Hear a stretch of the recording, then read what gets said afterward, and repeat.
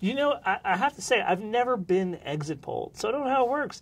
Do pollsters just walk up to people when they're walking out of their voting precincts? Yep. The way it works is that they have, they're usually young people. They're usually, they're hired for the day, and they have clipboards, and their instruction is to intercept every 5th voter or every 4th voter or every 8th voter that comes by them. And they're supposed to record when somebody skips, whether that's a male or a female, and their approximate age and things like that. So well, doesn't that exclude grouchy people? Like, I don't want to talk to you. Yes, it does. Yeah. And in fact, one of the reasons that we've seen that sort of error is that it's, you know, the response rates for this, like anything else, are not super high. Yeah. And younger interviewers have a harder time winning cooperation from older, grumpier voters. I infer grumpier, but you know, I think it's safe. Fair enough. Fair enough. Grouchy, and that can, you know, given the way demographics are behind vote preference, that's something they then have to take into account when they do the weighting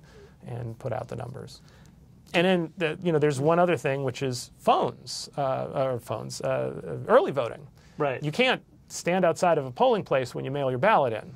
Right. And I don't believe anybody's invested in intercept interviews at early voting locations, in part because it's hard to know where people are, you know, what precinct they're from.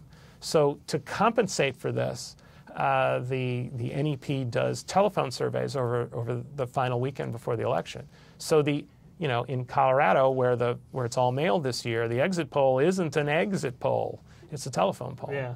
And that's something to keep in mind, because, you know, we go on and on about how telephone polls have problems. Well, that's as true for the telephone polling. You know, they spend a lot of money. They do a very high quality survey, but it's still a telephone survey.